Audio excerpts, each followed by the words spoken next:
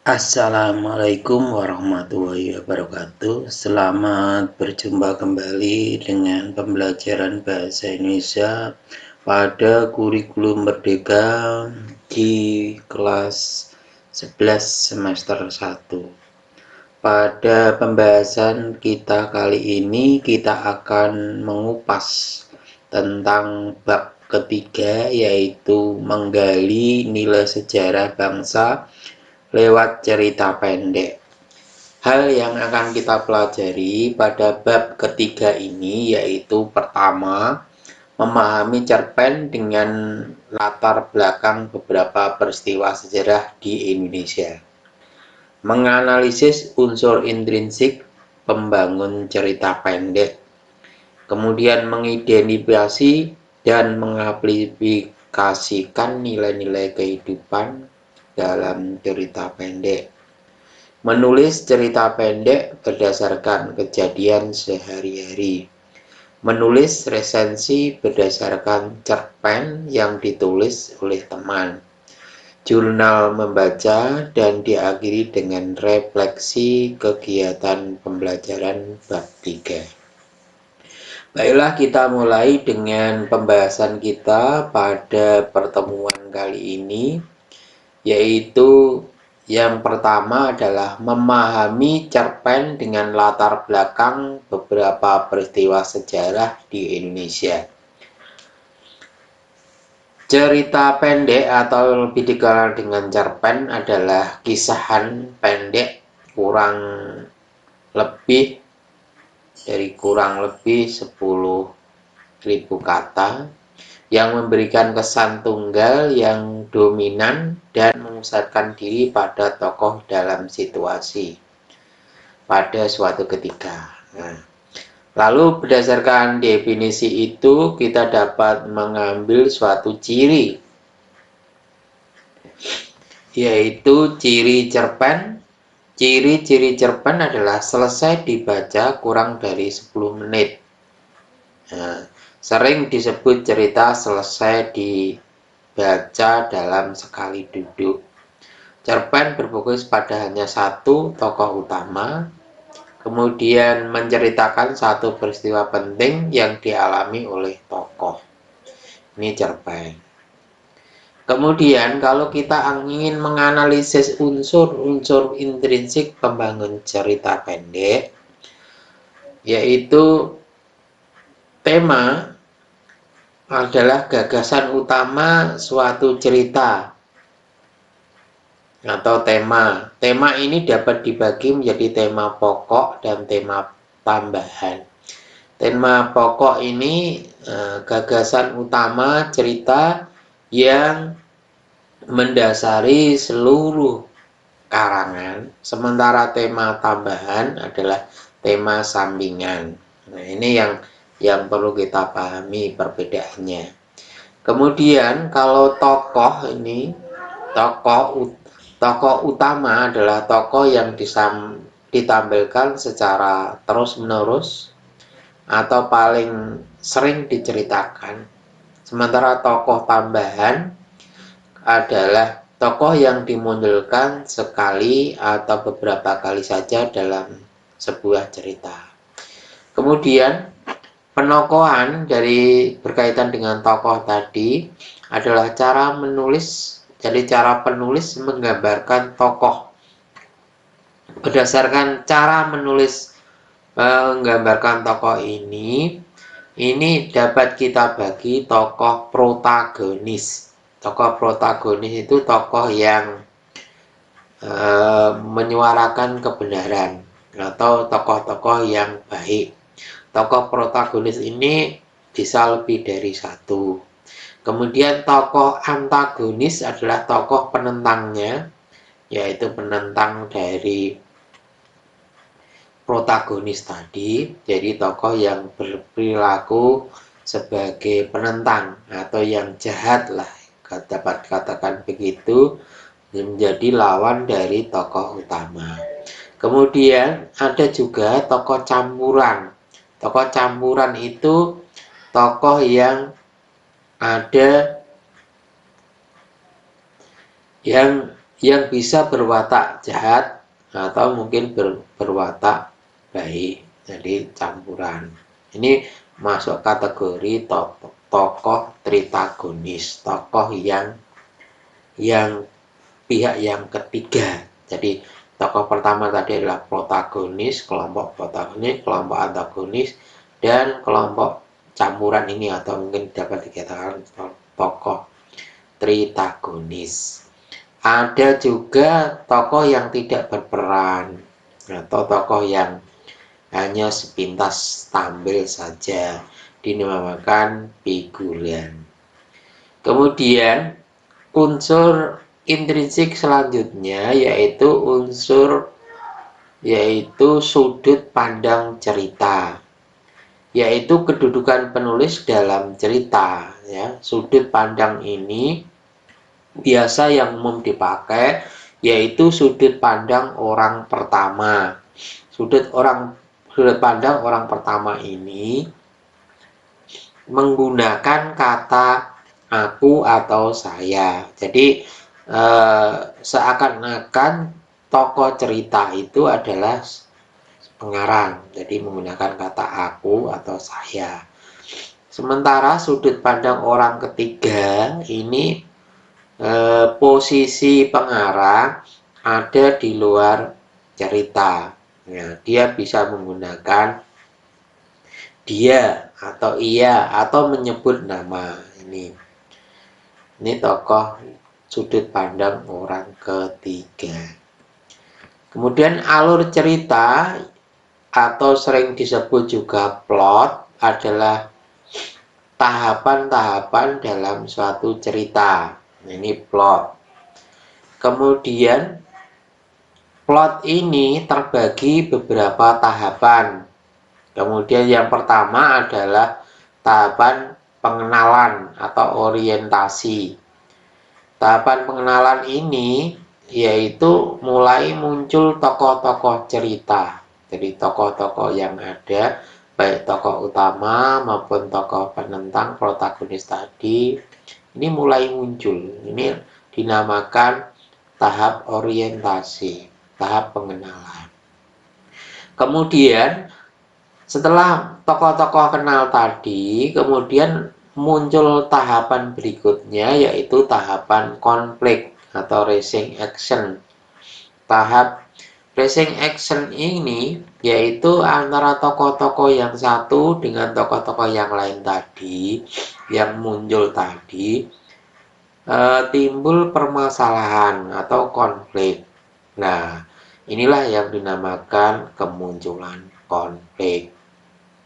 Kemudian konflik semakin memuncak. Konflik semakin memuncak ini yaitu kita sebut mungkin klimaknya ya, atau turning point istilahnya. Ini klimak. Pada tahapan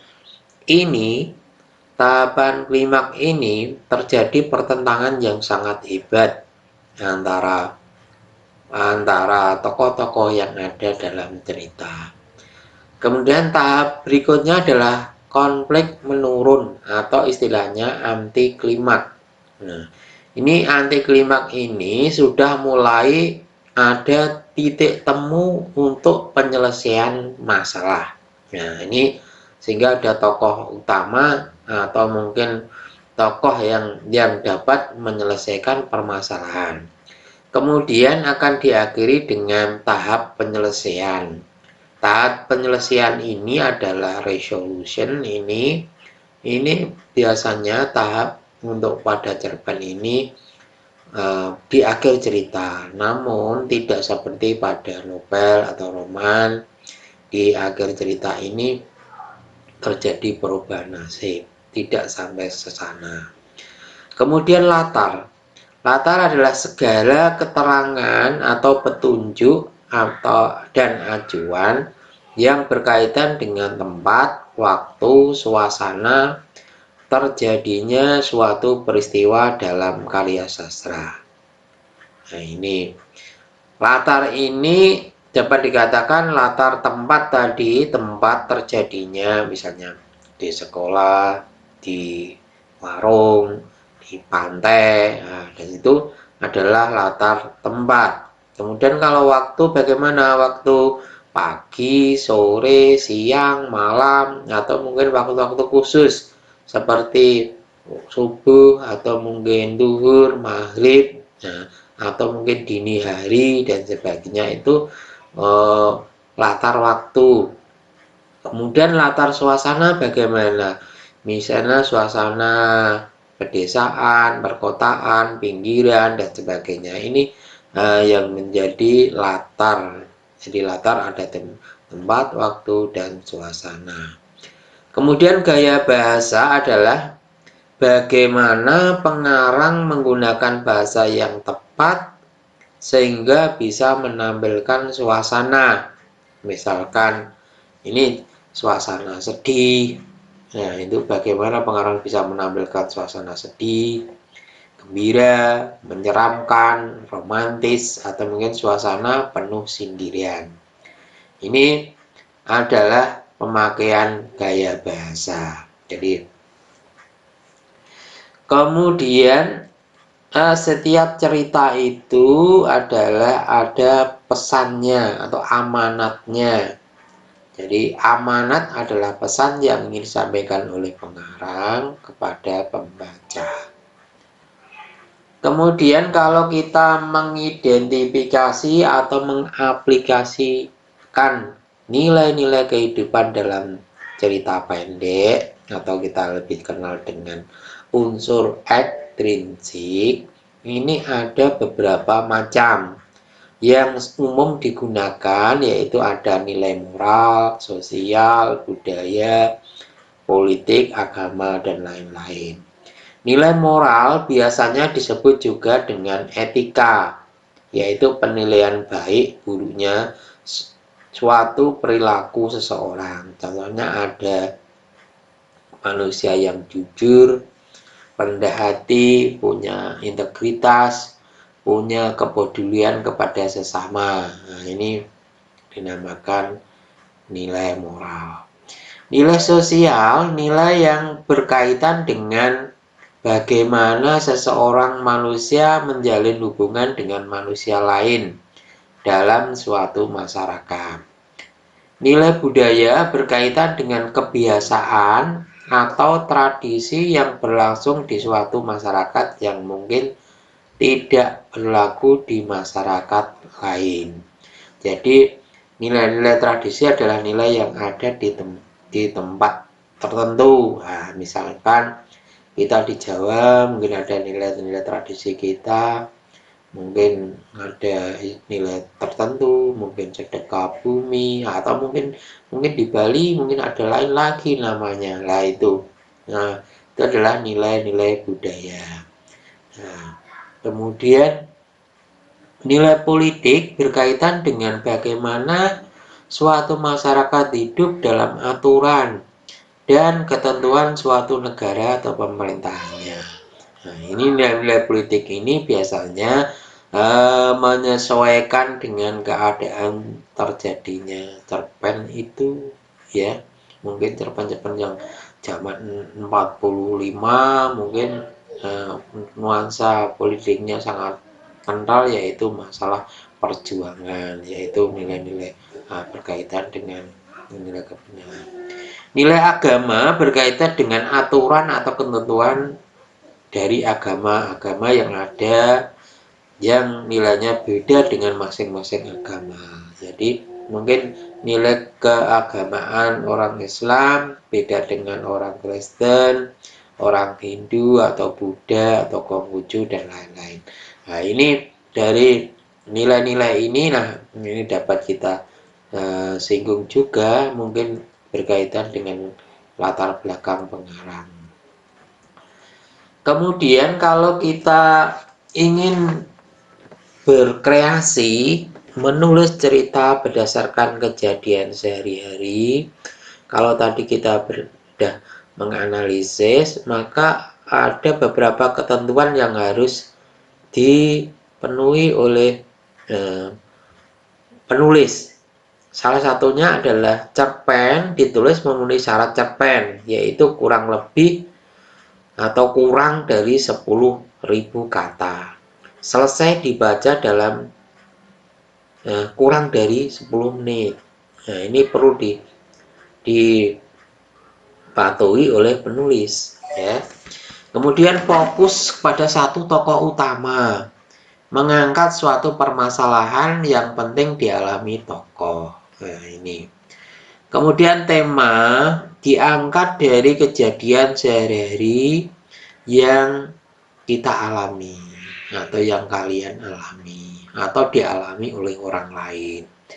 Kemudian terdapat satu nilai kehidupan yang terkandung pada peristiwa tersebut, entah nilai moral, agama, atau sosial, atau budaya. Nah, ini harus mengandung salah satu, sehingga pembaca setelah membaca itu akan menyimpulkan, mendapatkan suatu pelajaran dari nilai-nilai tersebut. Kemudian tentukan latar tempat dan latar waktu yang akan digunakan dalam cerita pendek tersebut.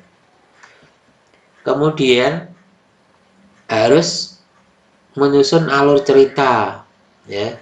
Alur cerita ini kita rancang dulu, yaitu mulai tahapan pengenalan, kemunculan konflik, konflik memuncak, konflik menurun, dan penyelesaian. Ini kita rancang dulu.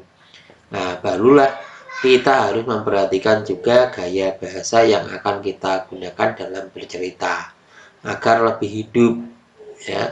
Jangan lupa gunakan ejaan dan tanda baca yang baik. Kemudian barulah kita membuat suatu kerangka. Nah, berdasarkan tadi alur cerita tadi, kemudian menulis cerita. Nah, ini tulislah, tulisanmu akan panjang di kelas.